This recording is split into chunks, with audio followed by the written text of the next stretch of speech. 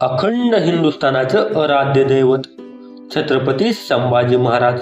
खरं तर छत्रपती संभाजी महाराज आणि वारकरी संप्रदाय यांचा संबंध अत्यंत ऐतिहासिक आणि भक्तिमय आहे।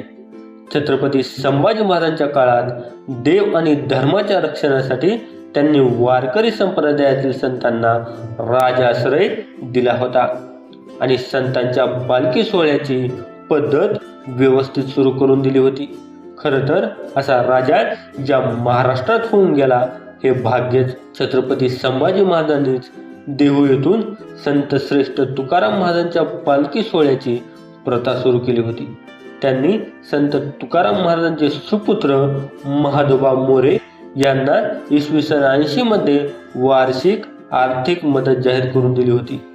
याशिवाय पाटगावच्या मोनी बाबा यांच्या पालखीसाठी देखील त्यांनी कायमस्वरूपी व्यवस्था लावून दिली होती। छत्रपती संभाजी महाराजांचं आपल्या रयतेवर बारीक लक्ष असायचं। औरंगजेबाच्या काळामध्ये मंदिरे पाडली जात होती, धर्म परिवर्तन केलं जात होतं, हे औरंगजेबाचे सैनिक आया बहिणींना लुटत होते आणि वारकऱ्यांवर असेच संकट येत असताना छत्रपती संभाजी महाराजांनी वारकऱ्यांना अभय दिले।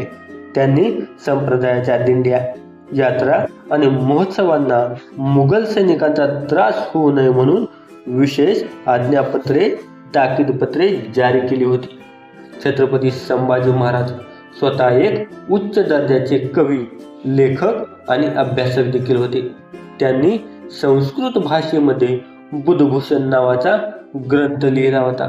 बालवयात असल्यापासूनच त्यांना संतांचे विचार आणि वारकरी परंपरेची माहिती होती। त्यांनी संप्रदायाला बळकट करण्यासाठी वारकऱ्यांना नेहमीच सहकार्य केले होते।